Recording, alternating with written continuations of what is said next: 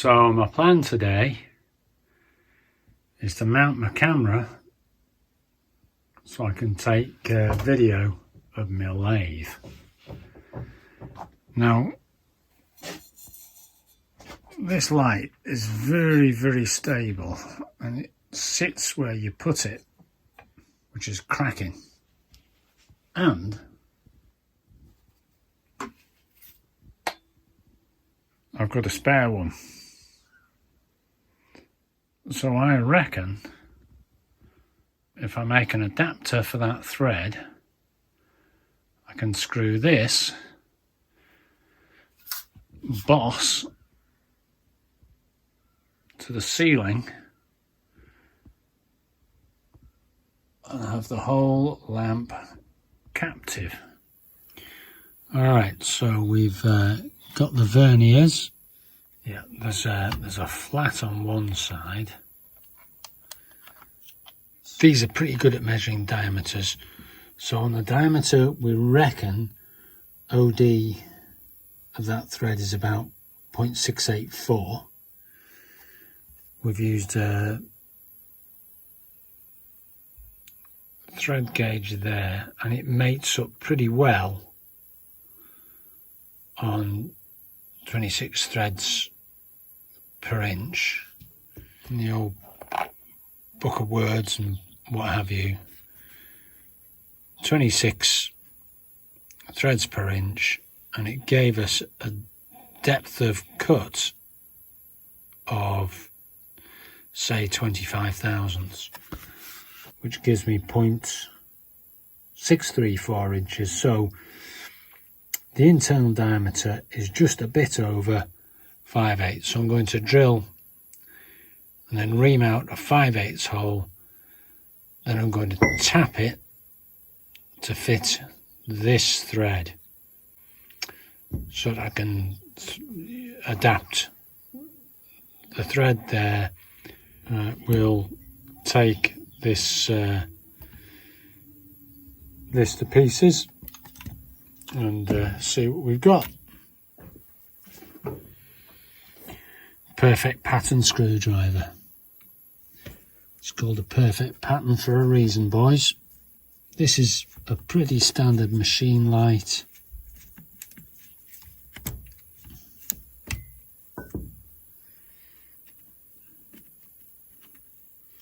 That you'll see all over the place. So that's like a metal cover there.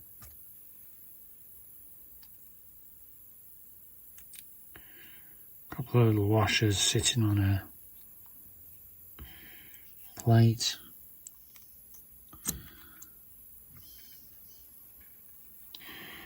Okay, so it's got one of those plates each side, and then the swiveling, the tilting head there ratchets against his buddy. So we'll do a bit of lathe work and we'll make an adapter for this. So they're about the figures that we're going to look for, and you know, we're going to sneak up on it. We'll get close and sneak up on it. This won't have been to pieces for, I don't know, 50 years. It's only come to pieces now because I need to adapt that.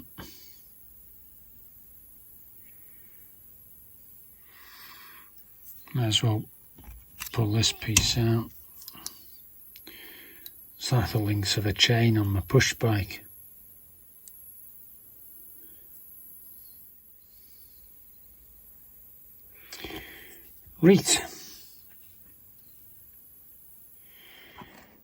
Right, so I've threaded out a little sleeve, put some relief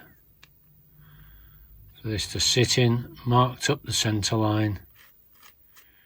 I'll measure this to length, make a plug for this end, and then put a stud coming out of it. So we're doing all right. All right.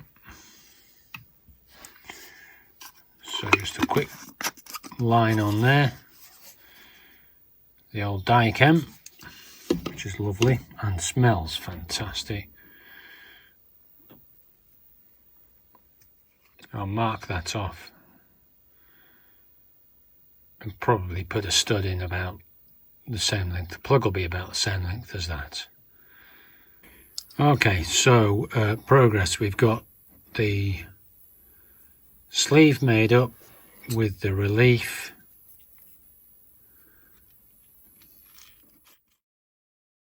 And now we've made a plug. The plug screws in. So we drilled a 7/16 hole, tapped it 3/8 Whitworth. I haven't finished this, I've got to be a little bit careful, those edges are sharp. So that there will take the tripod head. I'll make a proper seat for it.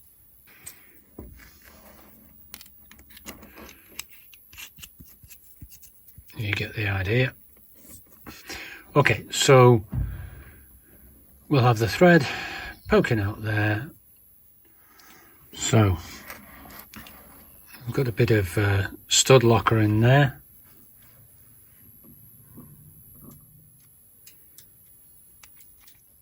That'll lock in there quite nicely.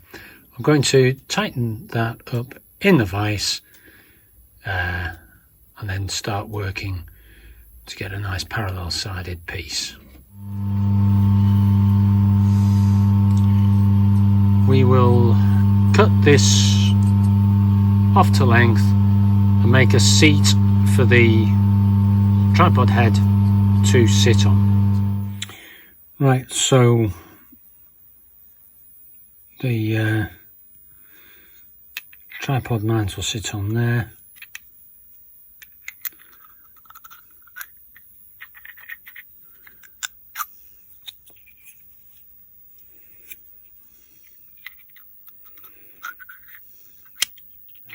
I can, that's a nice fit there, but I can ease that with a bit of Scotch-Brite or something if I need to in the future.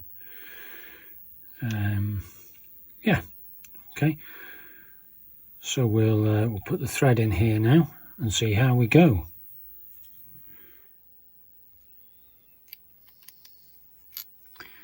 Okay, so I've got a bit of glue on the bottom of that bit.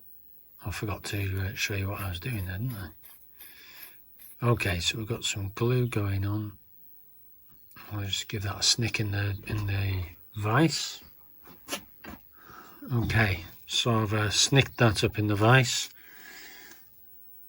The head of that will come into this hollow here, so we're going to lavish some bond on here. There you go. We know where the flat is, we've marked it on here.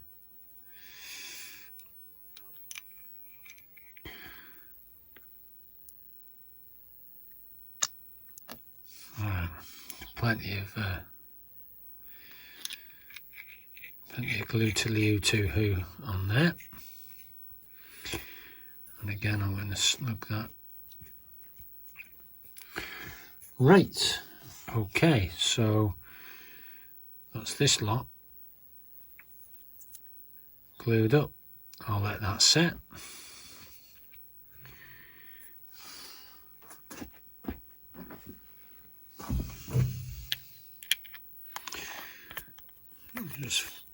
We've already assembled it once, but we'll assemble it again to make sure that we're not at home to Mr. Disaster.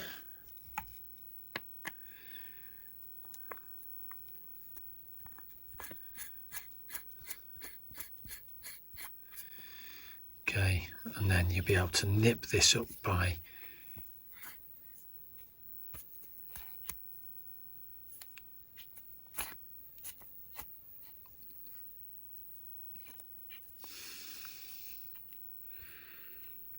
locking up there. So that's now good and solid, good and heavy as well. Right, so we're going to just drill and tap a little hole in here go through the top just onto that flat underneath there. So I'll just set it up on a parallel, part of an old vise I've got hanging around. Just give me a nice 3-point contact. Okay, that's nice.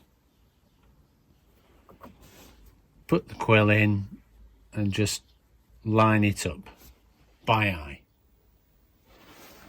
Just fire that up.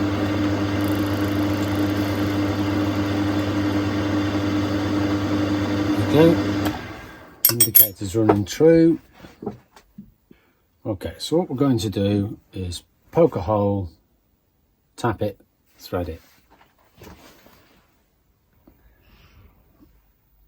That's the size grub screw that I've got, which is the smallest one I've got, which is a BA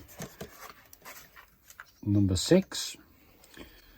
So the tapping drill for that should be a 3/32. I've got a little centre drill, so I'm going to centre drill this. It's a Tom Senior E mill with the stop set. There we go.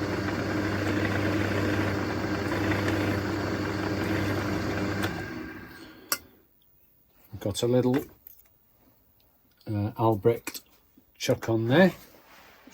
I'll raise the height.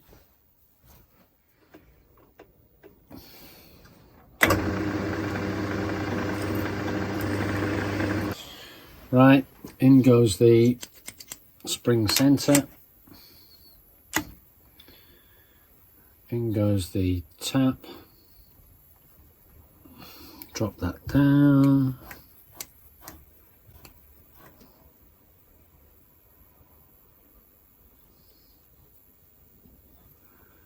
Compress the spring.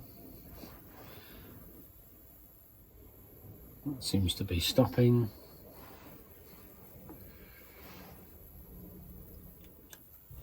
Take that out.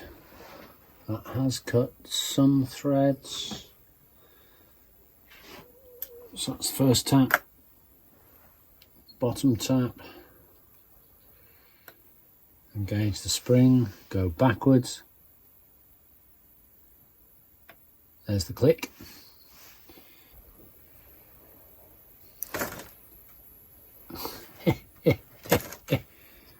So that's the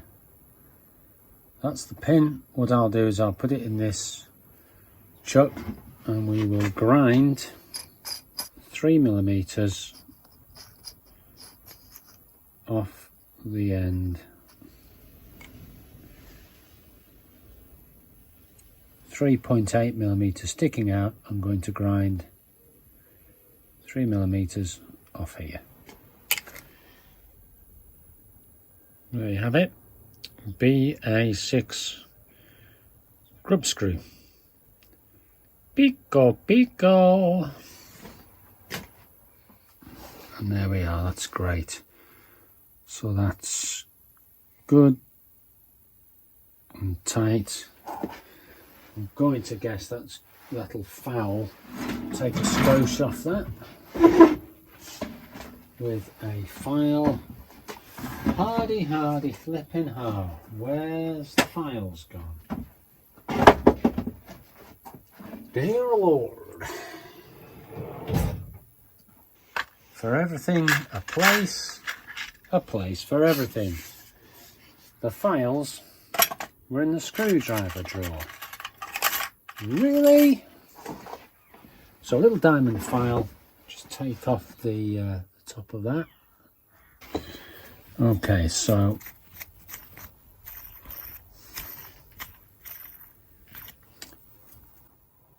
looking good, eggsy. Let's put this all back together. Right, the new, let's put this back together.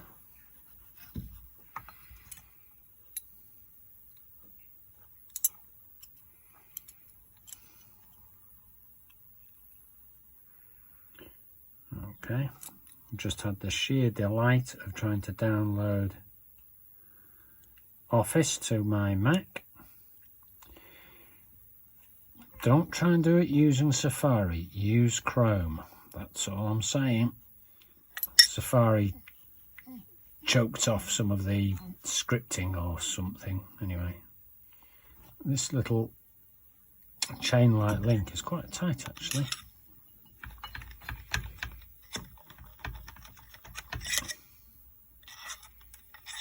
Okay, so then I have to put that one in. Then come in from underneath. I've put both of those the same way around this time. Oh, it's a fiddle, it's tight, but it's in. Chain link. Got your two funny washers there. Right, well, I'm sort of sorry about that. I wasn't looking at the screen, I was concentrating on my hands, so anyway, you saw it come to pieces. It's only the reverse of that, isn't it? Reeties. Not lunatic tight, that's just tight.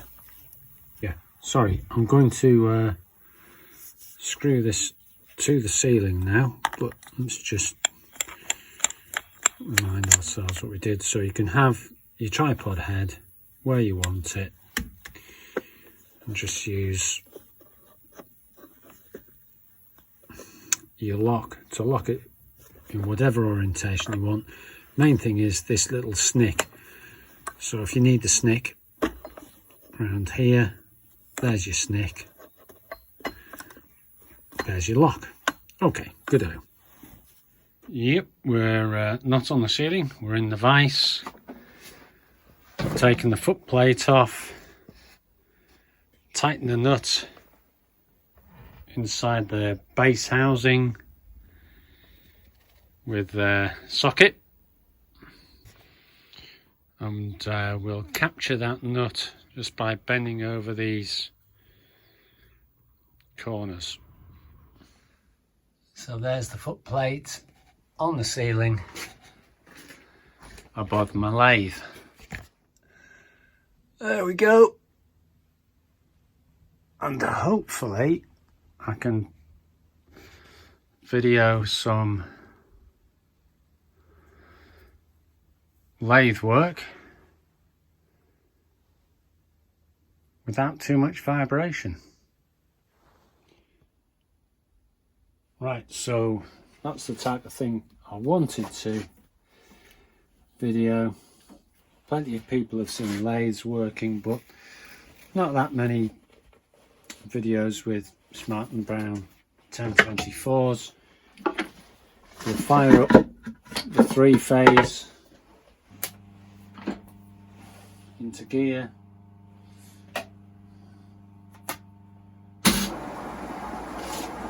Smooth, running on slow. I'll just chuck something up. Don't like it spinning with nothing in those jaws. We're in low speed. There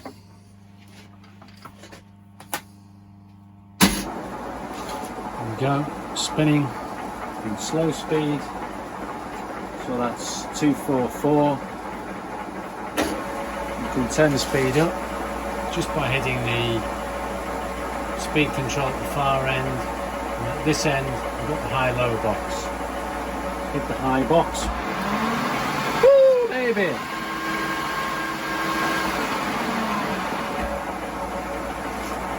High-low box.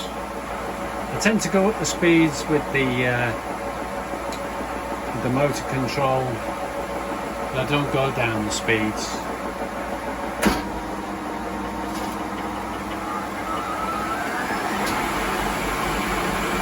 Three-phase didn't like that, did it? Rock solid. Job well done, and we'll do some video of me actually turning something for real. Shed Guy says, toodaloo.